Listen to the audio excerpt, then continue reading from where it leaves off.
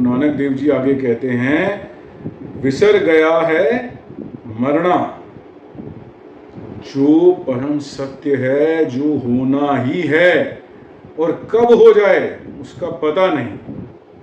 जब जीवन मिलता है, जब जन्म मिलता है, तो सबसे पहले मरना तय होता है।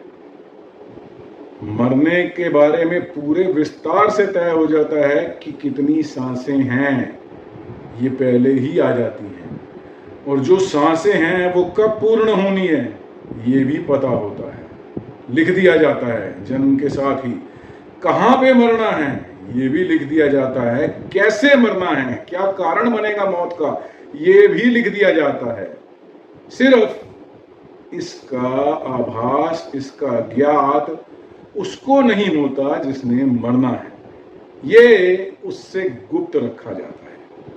खाना पीना हंसना सोना, विसर गया है मरना। क्यों विसर गया, क्यों भूल गया ये मरना?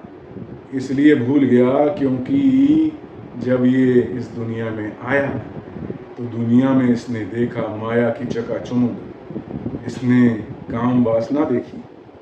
आज के इस युग में सबसे बड़ा अगर कोई प्रलोभन है तो वो है काम वासना।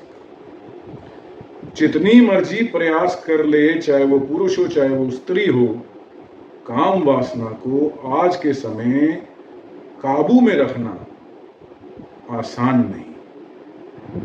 फिर इसके साथ उत्पन्न होता है क्रोध, इसके साथ उत्पन्न होता है लोभ, इसके साथ उत्पन्न होती है ममता, इसके साथ उपलब्ध होते हैं और कई कई तरह के अहंकार, बहुत सी चीजें पैदा हो जाती हैं, बहुत से रोग पैदा हो जाते हैं,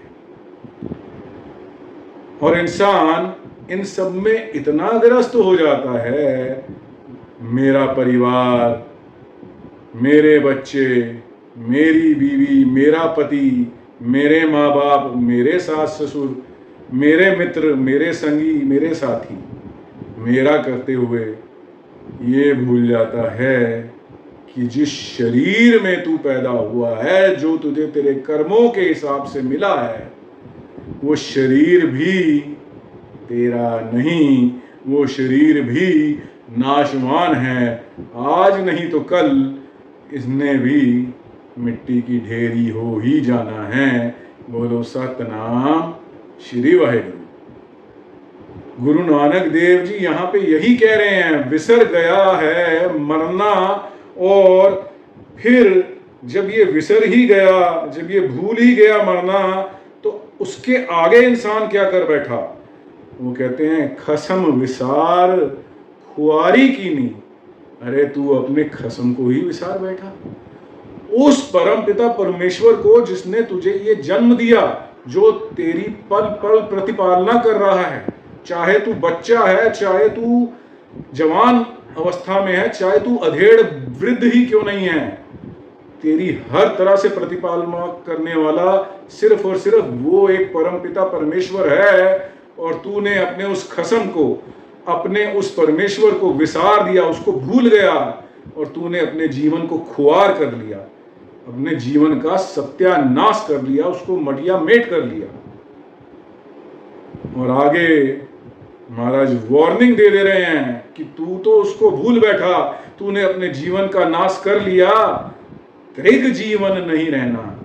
ऐसा धिक्कार योग्य जीवन, ऐसा घटिया दर्जे का जीवन जिसमें उस परम पिता परमेश्वर का सुमिरन ही नहीं, जिसमें उस परम पिता परमेश्वर की सेवा ही नहीं, जिसमें उस परम पिता परमेश्वर के प्यारों का किसी भी तरीके से सेवा, किसी भी तरह से सहायता ही नहीं, ये जीवन सदा नहीं रहना है।